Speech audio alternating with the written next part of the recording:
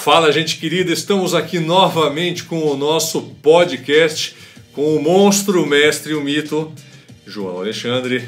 Roda a vinheta!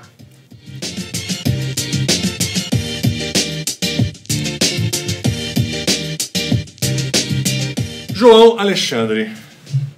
Xará, como vai? Muito bem, e você? Como é que você tá? Bem, graças a Deus. E a semana? Como é que foi a semana? É o que eu ia te perguntar agora. Cara, a semana ela é repleta de surpresas inenarráveis. Eu diria pra você que algumas boas, outras ruins, Sim. mas todas debaixo da permissão do nosso Deus. Não é a tua semana? Vivendo como qualquer ser humano, né, Xará? Porque nós temos as nossas... Somos quase qualquer ser humano. Você sabe uma coisa? Porque as pessoas têm aquela imagem, né? Que às vezes os caras têm uma atividade que é um pouco mais elaborada, ou mais real do que os outros. Eu vi uma entrevista no baterista famoso essa semana, um cara muito bom. O cara perguntou, como é que é a sua vida? Eu falei, lá em casa. Não, chega um cara em casa, pô, tô na sua casa, mano. A minha mulher gritou, fulano, leva o lixo lá pra mim lá fora. Eu falei, a vida é isso aí, bicho, vamos levar o lixo lá fora. Mas é o que eu penso, cara, toda vida é igual. Acorda, café da manhã, no meu caso eu vou lá pra academia, depois trabalho, não sei o quê, toma banho, não sei o quê, e vai dormir, e é isso. Mas eu acho que a vida da rainha da Inglaterra é diferente, será que não? Não mais, né, Xará? Agora ela já deve estar bem mais... Agora deve estar com uma vida bem mais tranquila, né? Quem deve estar penando um pouco é o Ray Charles, né? O Ray Charles, que agora não é, diz que tem que tomar cuidado pra falar, né? O Ray Charles, não o Ray Charles, mas ele tá lá. A vida de todo mundo é igual, menos a da rainha. Exatamente. Eu tô seguindo uma coisa no Instagram, cara, que é só frases do Clodovil. Ah, é? Aí um dia a Xuxa entrevistou o Clodovil e perguntou assim, cara, Henrique, o dinheiro é bom? Não, o dinheiro não traz felicidade, mas uma coisa é você chorar dentro de uma Mercedes ou você chorar dentro de um carrinho meu, é muito diferente. Mas, cara, é a vida. Todo mundo tem os seus... E todo mundo tem os seus percalços, né, Mocha? Bom, todo mundo tem seus problemas, tá aí, né? A gente tá conversando sobre as nossas famílias aqui, né? Sobre a sua mãe, sobre a minha esposa, a gente tem que ir no médico, todo mundo tem problemas, tem que ir na saúde. É a vida, é o desgaste da vida, mano. Mas é engraçado porque tem gente que pergunta, né? João Alexandre, a sua vida, como é que é e tal. E quando eu respondo uma mensagem no Instagram, o cara fala, nossa, como você é humilde. Assessoria. Não, humilde, como assim? A obrigação de qualquer pessoa responder uma pergunta não é questão de humildade, é uma questão de tempo. Se você tem tempo, você responde. Se não é questão de orgulho, não, né? Mas a vida é isso aí. Exatamente. Eu garanto que a sua é igual a minha, a mesma coisa. E o nosso tema de hoje foi uma das coisas mais pedidas ali, uma das dúvidas mais frequentes no seu Instagram, que é o @João Alexandre Silveira. Aliás, você pode participar aqui do nosso podcast, a gente convida para se juntar a gente nesse papo. Então a gente abre caixinha de perguntas, você pode participar lá, a gente está sempre interagindo, respondendo por lá também. E uma das coisas que o pessoal mais pergunta é o tema deste podcast. João, me fala um pouquinho sobre worship. Então este é o tema do nosso podcast. Você está preparado para falar sobre isso? Tem que estar preparado, né, mano? Todo tema é relevante. Não existe nada irrelevante. Tudo nos ensina. Muito bem. Então vamos começar esse programinha dizendo o seguinte. Temos uma definição etimológica de worship, que é o significado da palavra, e uma definição artística para a coisa. Vamos dar essas duas definições, João? As duas coisas, vamos lá. Então vamos lá. O que é worship de acordo com o que a palavra significa? Worship do inglês é adoração, louvor, né? Traduzir, é duro para você traduzir o inglês literal, né? Mas worship vem de adoração mesmo. Acho que literalmente deve ser adoração. Worship é adorar mesmo, é você... Né? Esse termo foi usado inclusive para designar esse movimento dentro das igrejas, né? Um movimento de adoração, né? Eu acho o worship um movimento, não acho que é uma coisa definitiva que vai ficar pro resto da vida, porque a gente já teve um movimento aí do Ron Kenoly, que uma época todo mundo queria imitar aquele jeito americano de louvor, tanto que isso foi colocado dentro das igrejas. As igrejas hoje todas elas usam aquele mesmo esquema, né? Daquela coisa no ouvido, vai entrar o coro e tal, tudo aí que ninguém enxerga porque tá tudo no ouvido de quem tá tocando. Musical, né? O diretor musical virtual, né? A gente chama isso de tiktokização do louvor, né? O cara fica ali controlando absolutamente tudo que você faz. E aí isso também veio dos americanos. Acho que a gente aprendeu muito com a era dos sequências, onde você grava tudo. Nem tudo que aquilo VS, né? Pra quem não sabe, né? O VS, que é aquele virtual. O VS, o significado do. Virtual Studio, eu acho. Acho que é assim. existem coisas tocando que já estão gravadas e os músicos estão tocando junto com aquilo ao mesmo tempo, né? Então não é todo mundo... Às vezes está ouvindo aquele monte de coisa, até na voz, né? Tem muitos vocais que são cantados ao vivo. Harmonia. Já está gravada a voz, os caras estão cantando junto, então fica desse tamanho, parece que tem aquele... Não, tem coisa já gravada, tem coisa... Mas eu acho que é um movimento, né, cara? Isso foi colocado para, mais uma vez, importado para dentro da igreja brasileira como um estilo musical, vamos dizer assim, né? E aí a gente vai para a definição artística, que é o que a gente vai falar agora, desse estilo até musical. Tem o termo worshipeiros, né? Que os caras que fazem... Worshipeiros, né? Assim como você fala, né? Deletar, tem muita palavra em inglês que foi incorporada. E eu percebo que as pessoas te perguntam isso, João, como se elas quisessem ouvir o João Alexandre dizendo: worship é ruim, worship é simples, worship não é legal. Então, a gente sente muitas vezes, pelo tom das perguntas, que a gente quer ouvir você falando mal do worship. Você sente isso? Toda hora, né? Eu tenho lá o meu posicionamento quanto a isso. Eu acho que quanto a qualquer estilo musical, eu não acho que não existe um estilo musical ruim, existe uma maneira ruim de fazer qualquer estilo musical. Tá. Agora eu acho que eu consegui me definir um pouquinho, Xará. E o worship também, o que a minha crítica ao worship primeiro é o próprio nome. Tá. A partir do momento em que eu chamo um estilo de worship, que é adoração, eu estou dizendo que os outros não são. Então isso aí causa confusão na cabeça de quem faz. Um amigo meu foi estudar com um professor, quero aprender worship. E o cara nem era cristão. O que é worship? Deixa eu ouvir. Aí o cara botou e falou: não, cara, isso aqui é rock. Não, é worship. Aí botou: isso aqui também é worship. Não, isso aqui já é folk. Mas é worship. Não, cara, peraí. O professor ficou pirado. Aí um dia ele me ligou, esse cara. Falou: bicho, eu não entendi. Veio um cara aqui estudar, falou: que isso dá worship? O que é isso? Eu sabia que era rock e tal. Eu escutei, então que essa confusão na cabeça da pessoal, como se esse fosse um estilo que, entre aspas, agrada mais a Deus do que os outros. E isso é a primeira crítica que eu tenho. Chamar um estilo de worship é querer dizer que os outros não servem para nada. E não. Eu vou no Salmo 150, né? Louvar a Deus no seu santuário, no firmamento, obra do seu poder. Ele faz uma série de instrumentos ali da época. Fosse um cara americano, talvez falasse guitarra, baixo, bateria. Fosse um brasileiro, talvez falasse tamborim, cuíca, gogô, sei lá.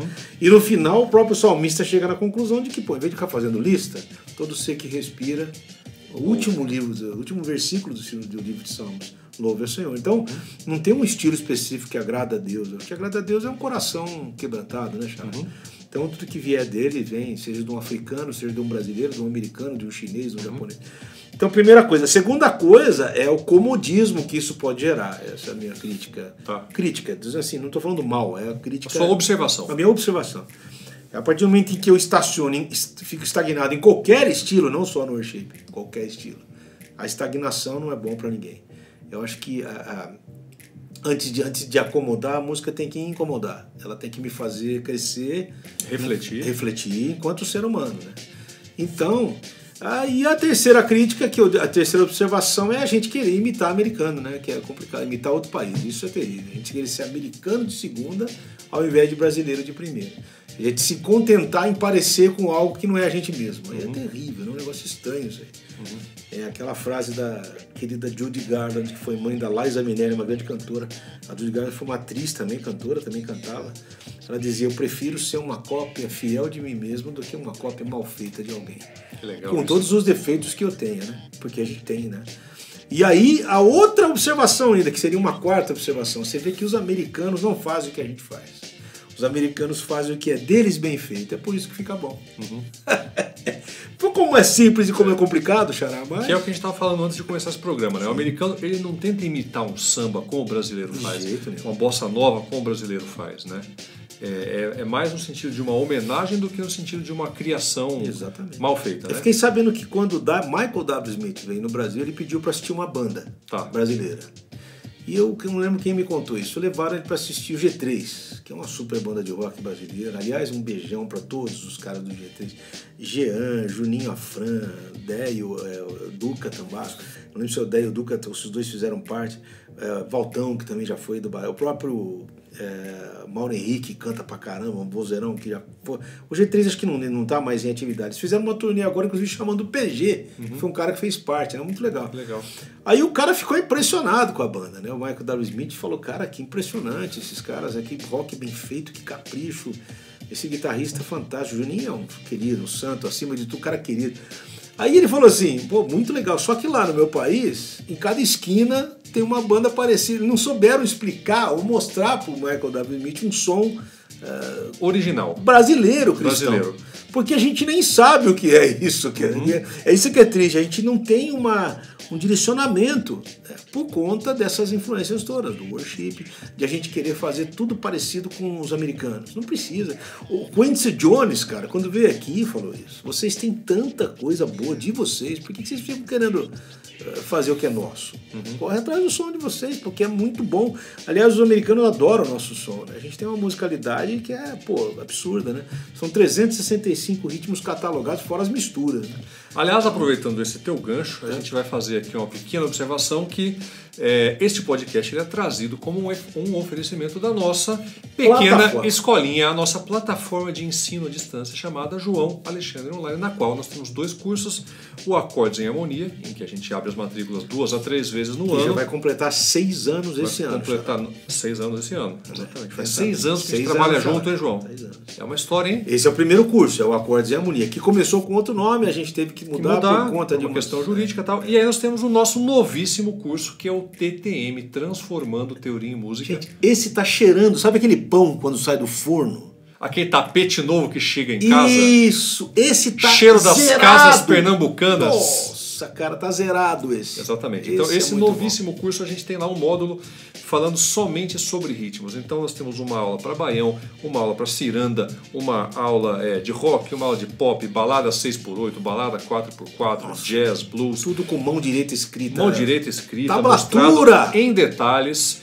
E aí nós temos um módulo de repertório com canções do querido mestre e de nossos amigos da música cristã brasileira também. Guarde aí, TTM, Transformando Teoria. Eu vou deixar o link aqui embaixo na descrição, você vai poder conhecer esse curso. Por que a gente escolheu esse nome, mano? Porque toda forma puramente teórica de música é muito chata, né? Exatamente. Então a gente acadêmica é muito chata. Então a gente tentou fazer um curso que tem a teoria de uma maneira muito leve, muito gostosa de estudar, detalhista. Cara, os textos que o meu querido Xará aqui escreveu são estranhos, porque também já deu aula de violão há muitos anos. Então, o só texto, 15. Só 15 anos. Então, a maneira como está escrito, está tudo muito bem feito, assim, muito bem fechado, muito legal. Exatamente. Então, nós convidamos você a conhecer este excelente produto.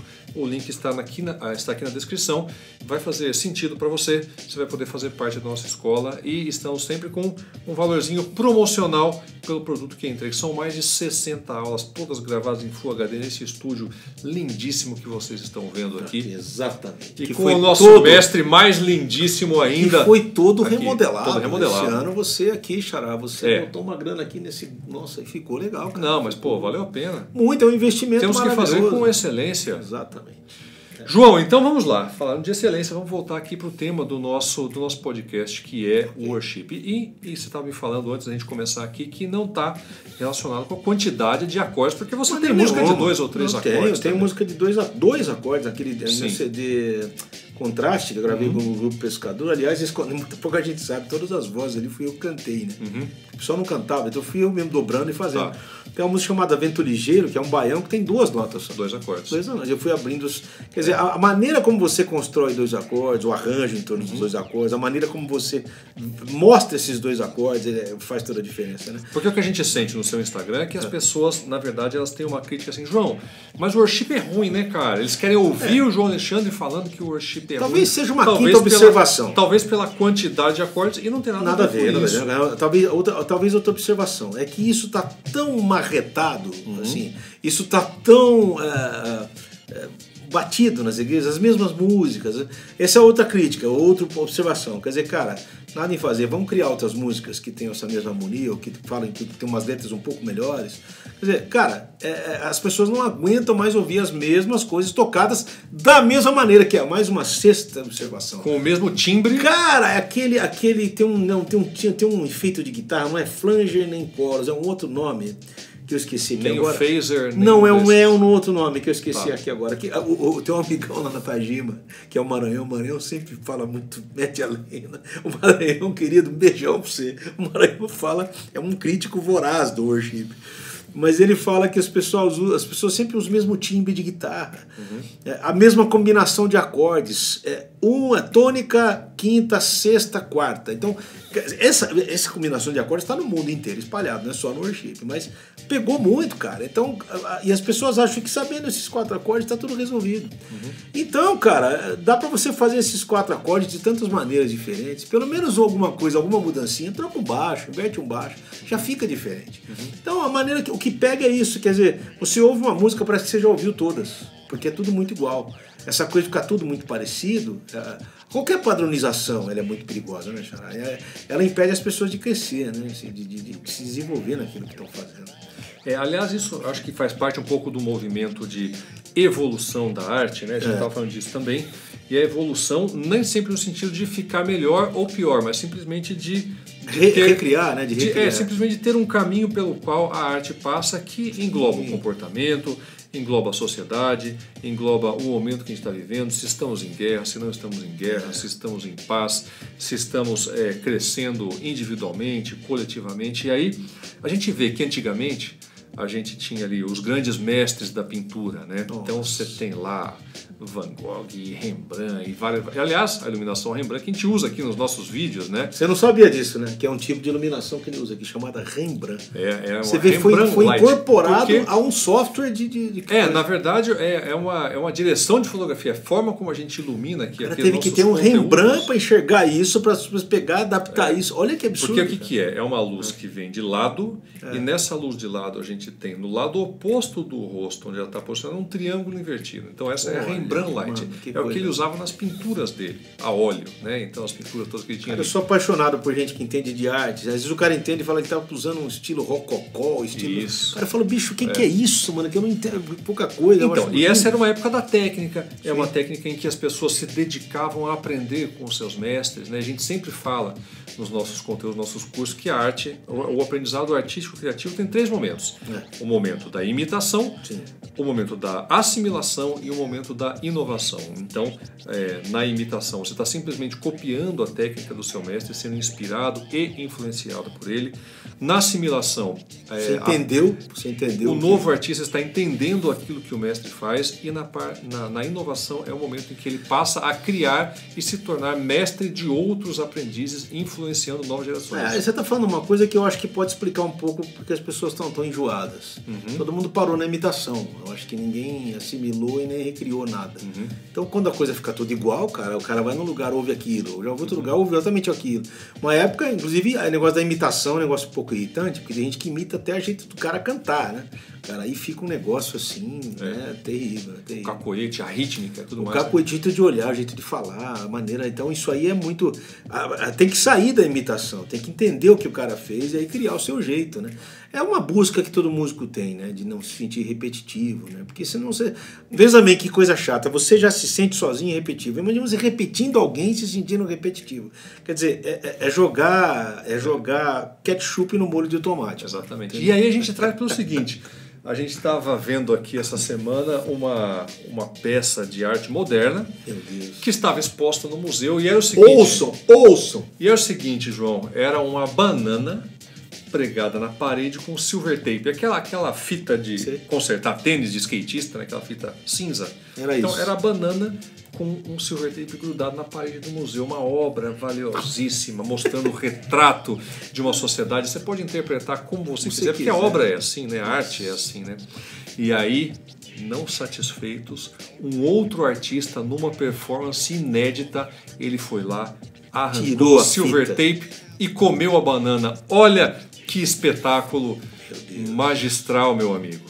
Recriou a obra. Recriou a obra. E você me mandou o link hoje de uma outra? Mandei uma outra hoje que é pior. Você quer contar essa? Me conta essa. Contarei essa. Um sujeito no museu, ele vendeu uma obra por $85 mil. Que obra é essa, João Alexandre? É o seguinte, bicho, era uma obra invisível. Ou seja, você chegava no museu, não tinha nada, mas a obra tá lá. É que você não tá enxergando. Estava só na cabeça do artista. Só na cabeça do artista e de quem vê.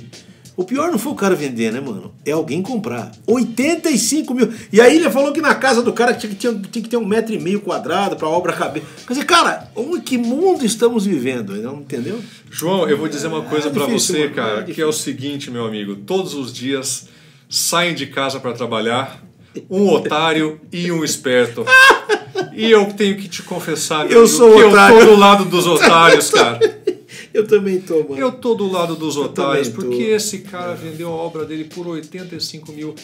E porque é uma coisa escassa, ninguém nunca viu. Né? Quanto mais escasso, mais caro é, né? Eu começo a entender a música do Raul Seixas, né, mano? Eu sou a luz das estrelas, eu sou a luz do luar, eu sou os olhos, né? Assim, a música da sopa. Mano, você começa a entender o porquê que o cara entra. Tem uma dele que é impressionante, né?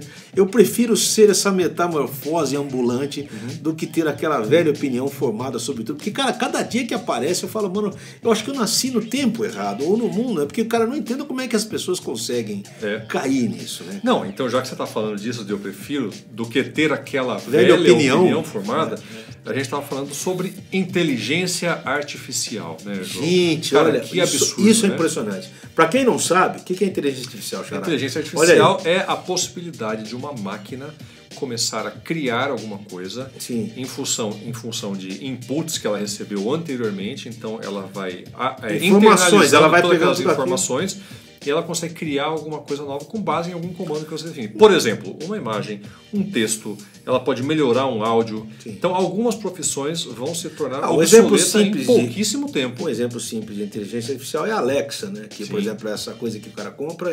Alexa, quem morreu no ano de pintores que morreram no ano de 1820. Sim. Ela vai falar para você. Exatamente. Isso só que é uma inteligência artificial baseada no Google, baseada nas informações. Baseada no que ela ouve, né? No que ela ouve. Agora, hoje, a coisa evoluiu tanto que a gente estava vendo aqui antes de começar o programa, um cara mandou um negócio para uma inteligência artificial perguntando assim, faça uma campanha, o que é uma loja, faça uma campanha de loja de material de construção. Crie uma campanha de marketing para uma loja de material de construção. E ela escreve o texto inteiro. Ela manda o texto todo escrito, o que é uma loja, para que serve. Cara, é como se um cara tivesse sentado, pensado aquilo. Como se um redator publicitário na realidade, alguém pensou naquilo. Ela só leu o que alguém pensou. Então, só que o que ela faz? Esse que é o grande lance. Perfeito. Ela pega aquela sua pergunta e ela tem um banco de dados gigantesco em que ela consegue artificialmente criar essa inteligência e lhe entregar um texto baseado no que as pessoas consomem mais. Xará, será que no futuro a gente vai ter dois robôs aqui conversando e a gente vai estar sem casa?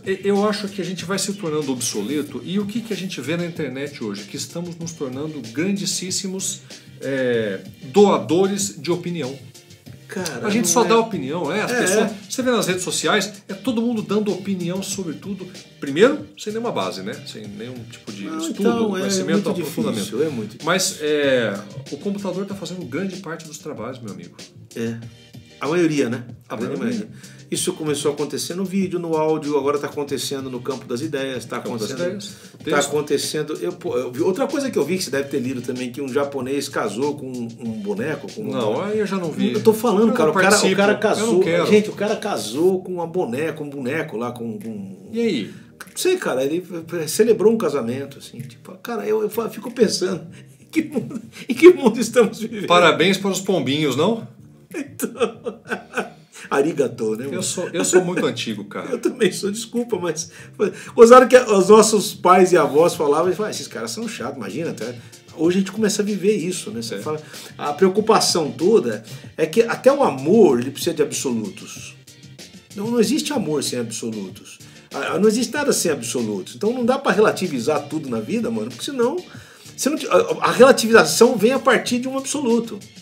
Não é esquisito? Mas a gente vive na era do não precisamos dar nome às coisas. A gente sempre deu nome na nossa geração. Né? Sim. As coisas sempre tiveram nome.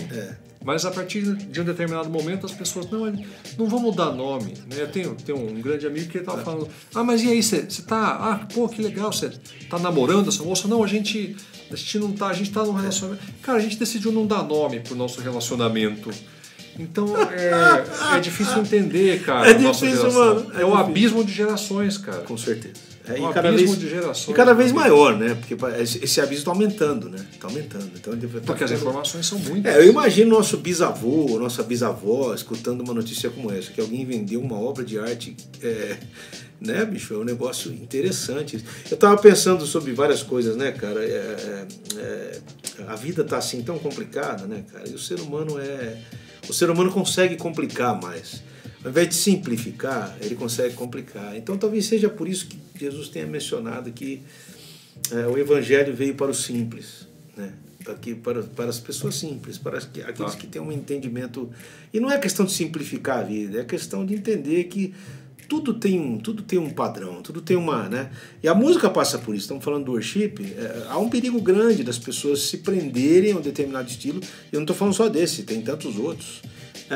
Eu não sei se vocês vão concordar comigo, mas eu vi uma opinião, e com ele, né? Porque eu vou falar aqui da opinião de um cara que eu admiro muito, que é o Frank Gambale, que é um guitarrista que tocava com o Chick Corea. Sim, claro. Ainda toca muito, né? Ele é uma referência. Ele falou que existem 4 tipos de música. Eu achei interessante isso. O primeiro tipo de música, que a gente pode dizer assim, que é uma música para consumo, que toca no elevador, ou a música de alguma maneira aconteceu por algum motivo, ela é muito ridícula e todo mundo achou legal cantar, ou ela é muito legal e todo mundo achou legal, mas aquela música, massificação, né? Música para massa, esse é o primeiro tipo. Tá. O segundo tipo que ele fala é aquela música de nicho, quer dizer, existe música feita só para sambista, música feita só para roqueiro, música feita só para quem toca chorinho, para quem toca folk, para quem toca samba. Bom, enfim, é uma música que alcança aquele nicho de mercado. É o nicho dos sambistas, o nicho dos roqueiros. Segundo tipo. Terceiro, aquela música feita para quem curte banda. É o cara que presta atenção no pianista, presta atenção no baterista. Aí já é o cara mais observador, que eu diria que músico já entra mais nessa categoria aí. Tá? Nessa cadeia.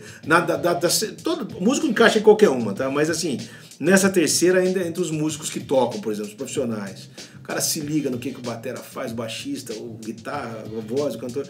E a última música é feita especificamente para o instrumento. Tem música que é feita só para guitarrista, só para baixista. Ela vai se afunilando, entendeu? Sim. E você conhece a atuação do músico quando ele consegue trabalhar em todas essas, não só na última. Mas quando um cara consegue tocar para massa, quando ele consegue tocar para... Quer dizer, tem poucos músicos que fazem todo esse... Né? Aliás, esse é o tema de uma das nossas aulas também dentro do curso, né? A respeito falando sobre isso. Quando o músico consegue tocar para a música e não para si mesmo, né? Sim, João? Essas aulas, se você não está acostumado aqui, vai no nosso canal do YouTube, tem várias aulas lá, dicas interessantíssimas, falando sobre isso também. Vou deixar o link aqui embaixo para você na descrição, tanto do nosso canal do YouTube quanto do nosso Instagram, onde você pode participar, deixar sua opinião, mandar sua pergunta na caixinha, a gente está sempre interagindo por aqui. Você percebe que tudo isso também é um funil? É um funil. Acaba se absolutizando, né? Vai ficando... Você vai chegando, e quanto mais você estuda, mais perto dessa coisa instrumental e específica você chega. Eu percebo isso, o cara começa a tocar, antes ele ouvia a música como qualquer coisa, de repente não, ele tá, pera um pouquinho, essa música aqui é um samba. Olha só, gozada, é o segundo nicho. Putz, que legal, e esse samba tem um cara tocando baixo que faz isso, aquilo. Cara, e é um baixista bom. Olha que interessante. Ela vai fazendo assim, ó. E agora, essa visão do Gambale, cara, absurdamente interessante de pensar. Inteligente. Muito legal. Muito bem, João, estamos quase fechando aqui o nosso podcast. Sim. Muita gente queria ouvir você falando a respeito de worship. A gente respeita todos os nossos grandes amigos músicos desse gênero também. Não tenho nada contra isso. Nada. Eu tenho contra qualquer estilo feito de qualquer jeito. Tá. Porque aí eu vou cair naquela máxima que eu sempre falo. A gente ouve a música que merece, mano. Em qualquer estilo, em qualquer coisa, né? Então é aí que pega. É fazer o melhor que a gente pode, né? Então, por aí. É isso aí. Então tá bom, João, obrigado uma vez mais pelo seu tempo. Estamos aqui. Faremos sempre outros como estes. Faremos outros como estes, melhores ou piores, mas não iguais. Nunca, exatamente. Não se esqueça de se inscrever aqui no nosso canal para você receber as nossas notificações. Também clica no sininho, o YouTube vai te avisar quando tiver um vídeo novo, um conteúdo novo, uma aula, um novo podcast. E faça parte também da nossa lista VIP, onde você é de graça, viu gente? Não paga nada não. Onde você recebe por e-mail todas as nossas novidades, as nossas newsletters com lançamento de aulas, cursos, materiais, promoções, sorteios de violões. Então fique por dentro de tudo. E manda sua crítica e opinião também, né, Xará? Manda sua opinião aqui nos comentários, gente. A gente quer saber, a gente quer que você participe aqui com a gente também.